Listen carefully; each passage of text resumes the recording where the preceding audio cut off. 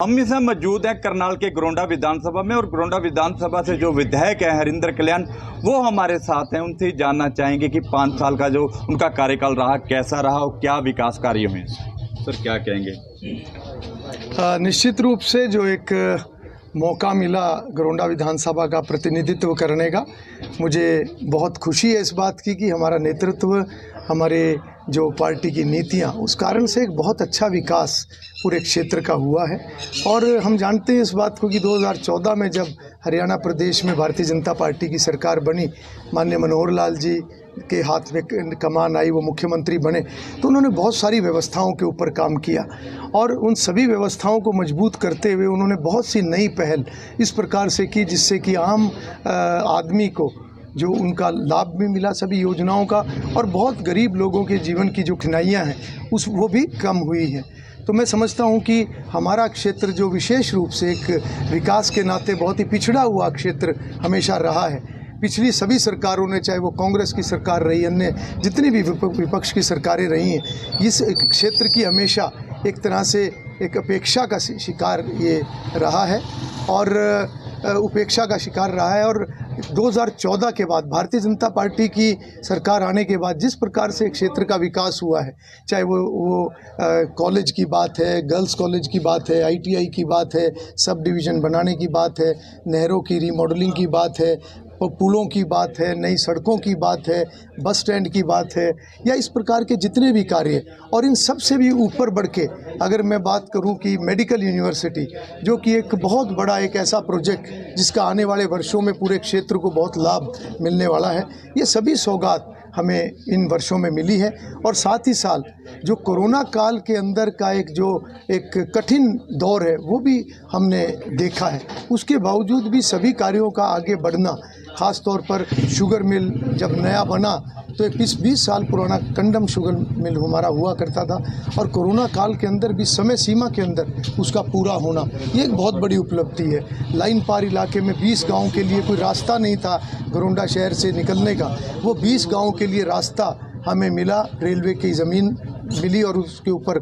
सड़क बनाकर आज उन 20 गाँव की कनेक्टिविटी बनी है। इसके साथ साथ चाहे नहरों की रीमॉडलिंग है, चाहे अन्य इस प्रकार के फ्लाईओवर्स की बात है, ये सभी कार्य हुए हैं। और अभी पिछले वर्ष जो एक नया प्रोजेक्ट हमारा जिसके ऊपर काम चल रहा है, जो कि करनाल का बाईपास, उस बाईपास से मेडिकल यूनिवर्सिटी भी टच होगी और आने वाले समय में हमारी गरोंडा विधानसभा के बहुत सारे गाँव के बीच में से वो रिंग रोड निकलेगी, जिसका कि एक बहुत लाभ लोगों को मिलेगा और एक विकास के नाते ये एक क्षेत्र जो है बहुत आगे बढ़ेगा। NCC एकेडमी, जो कि अभी कोर्ट में केस होने के कारण से बीच में थोड़ा काम रुका था, परंतु वो भी एक देश की तीसरी NCC एकेडमी, वो बनने के बाद भी हमारे क्षेत्र का एक गौरव जो है वो बहुत ऊपर उससे होगा। और इस प्रकार की बहुत सारी ऐसी योजनाएं, परियोजनाएं जिसके ऊपर सरकार लगातार काम कर रही है। अगर मैं जिक्र करूं जो महिलाओं के लिए, सेल्फ हेल्प ग्रुप के लिए ट्रेनिंग इंस्टीट्यूट जो कि हरियाणा प्रदेश में पहला है, और पूरे देश में भी इस प्रकार का कोई ऐसी व्यवस्थाएं नहीं है, ये भी एक अनूठी पहल जो गरोंडा विधानसभा में अगले महीने उसका काम भी शुरू होगा। और साथ ही जो अन्य विकास के कार्य अभी जो पाइपलाइन के अंदर हैं, हम लगातार उन सभी कामों को आगे बढ़ाने का काम कर रहे हैं। सबसे बड़ा सवाल है कि एक आपने अंडरपास की बात करी, दूसरी तरफ जो कौंड का पुल है उसको लेकर काफ़ी नाराजगी है लोगों में। उनका कहना है कि कई दफ़ा लड्डू बढ़ चुके हैं लेकिन वो पुल नहीं बन चुका। देखिए, जैसा कि मैंने अभी जिक्र किया कि कोरोना काल का एक बहुत ही कठिन दौर ये पूरी दुनिया ने देखा है, पूरे देश ने देखा है, पूरे हरियाणा प्रदेश और पूरे क्षेत्र ने देखा है। उस समय में बहुत सारे चलते हुए काम रुके हैं और उसमें से कई काम ऐसे थे जो कोर्ट के अंदर भी वो गए हैं, और कई काम ऐसे हैं जिन प्रोजेक्ट्स के अंदर जो कॉन्ट्रैक्टर हैं वो उस समय में काम को छोड़कर गए और फिर उस प्रकार की दिक्कतें भी आई हैं। तो कोंड का जो ROB है उसमें भी इस प्रकार की दिक्कतें आई हैं। रेलवे का जो ठेकेदार है उसने काम को रोका है, फिर रेलवे का जो एक कॉन्ट्रैक्ट था उसको टर्मिनेट किया रेलवे ने, दोबारा उसका जो कॉन्ट्रैक्ट है वो किया गया है। और बीच में गांव वालों की डिमांड के ऊपर वहाँ के डिज़ाइन का भी जो बदलने की बात आई है, वो डिज़ाइन भी हमने बदलवाने का काम किया और अतिरिक्त 11 करोड़ रुपए की राशि और मंजूर कराई क्योंकि जो पहला डिज़ाइन था उसके अंदर गांव 2 हिस्सों में बंट रहा था और कांजबड़ जो एक मेन सड़क है उसमें जाने के लिए रास्ता नहीं बचा था। तो कुछ प्रोजेक्ट ऐसे हैं, कुछ काम ऐसे हैं, अगर हम समझे कि हज़ारों काम छोटे बड़े जो क्षेत्र में हुए हैं, चाहे वो गांव स्तर के हैं, चाहे वो एरिया के बड़े स्तर के काम हैं, उनमें से कुछ कामों में व्यवधान आया है, मगर सभी काम आने वाले दिनों में वो पूरे होंगे और मैं समझता हूँ कि इन सभी विकास की परियोजनाओं से लोगों को बहुत लाभ होगा। और ये ऐसे काम हैं जो कि एक विकास के नाते एक मील का पत्थर साबित होंगे। अभी जो करनाल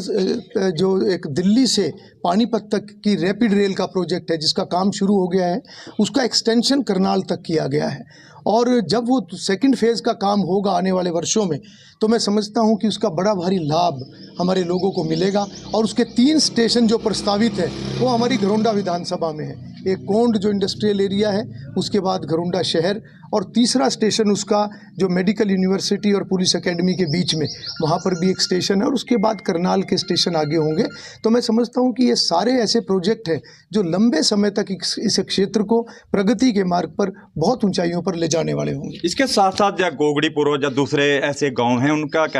ये कहना है कि विधायक जी हमारे साथ भेदभाव कर रहे हैं, अपने इस एरिया में जीट रोड से इससे ज़्यादा विकास कर रहे हैं।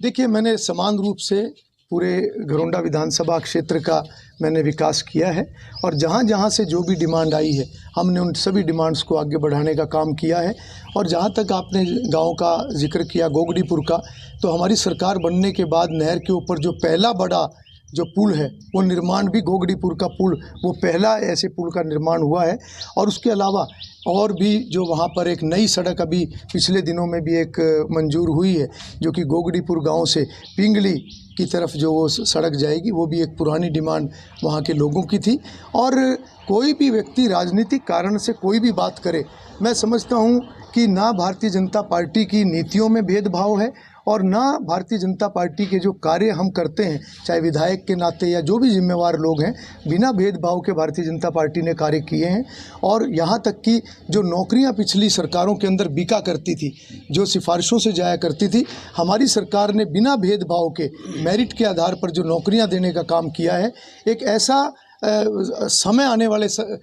भविष्य के अंदर हम देखेंगे कि गरीब और सामान्य परिवार के जो बच्चे नौकरियों में आए हैं, बड़े बड़े अधिकारी जो सेलेक्ट हुए हैं, ये एक बहुत बड़ा बदलाव भारतीय जनता पार्टी की सरकार के दौरान ये सब हुआ है। और उसके अलावा जितनी भी व्यवस्थाओं पे काम हुआ है, उन व्यवस्थाओं का लाभ भी आम जन को मिलेगा। हमारी डिक्शनरी में कोई भेदभाव नाम का कोई शब्द नहीं है। हम जब तक इस जिम्मेवारी पर हैं, हम लगातार समाज और क्षेत्र के लिए काम करते रहेंगे। इसके साथ सबसे बड़ा सवाल है कि भारतीय जनता पार्टी के आप प्रबल दावेदार हैं, सिटिंग विधायक है 2 बार के, अगर वोट दें यहाँ की जनता तो उसके 5 बड़े ऐसे प्रोजेक्ट होंगे।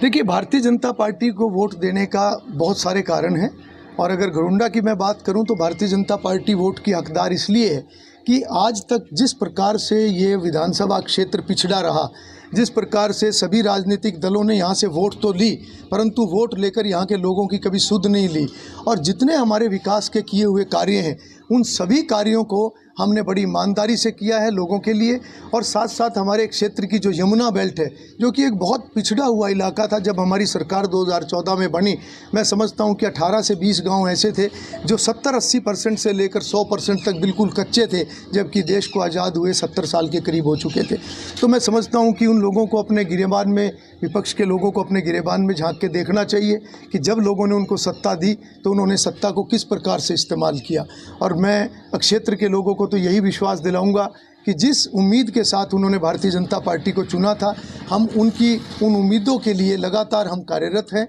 और यही समर्पण भाव भारतीय जनता पार्टी के प्रत्येक कार्यकर्ता के अंदर है। और लोगों ने इस बदलाव को देखा है। तीसरी बार नायब सिंह जी के नेतृत्व में हरियाणा प्रदेश में दोबारा भारतीय जनता पार्टी की सरकार बनेगी और जो ये विकास का सफ़र शुरू हुआ है 2014 में, ये विकास का सफ़र इसी प्रकार से आगे बढ़ेगा। बहुत सी व्यवस्थाओं के सुधार के रिज़ल्ट आने शुरू हो गए,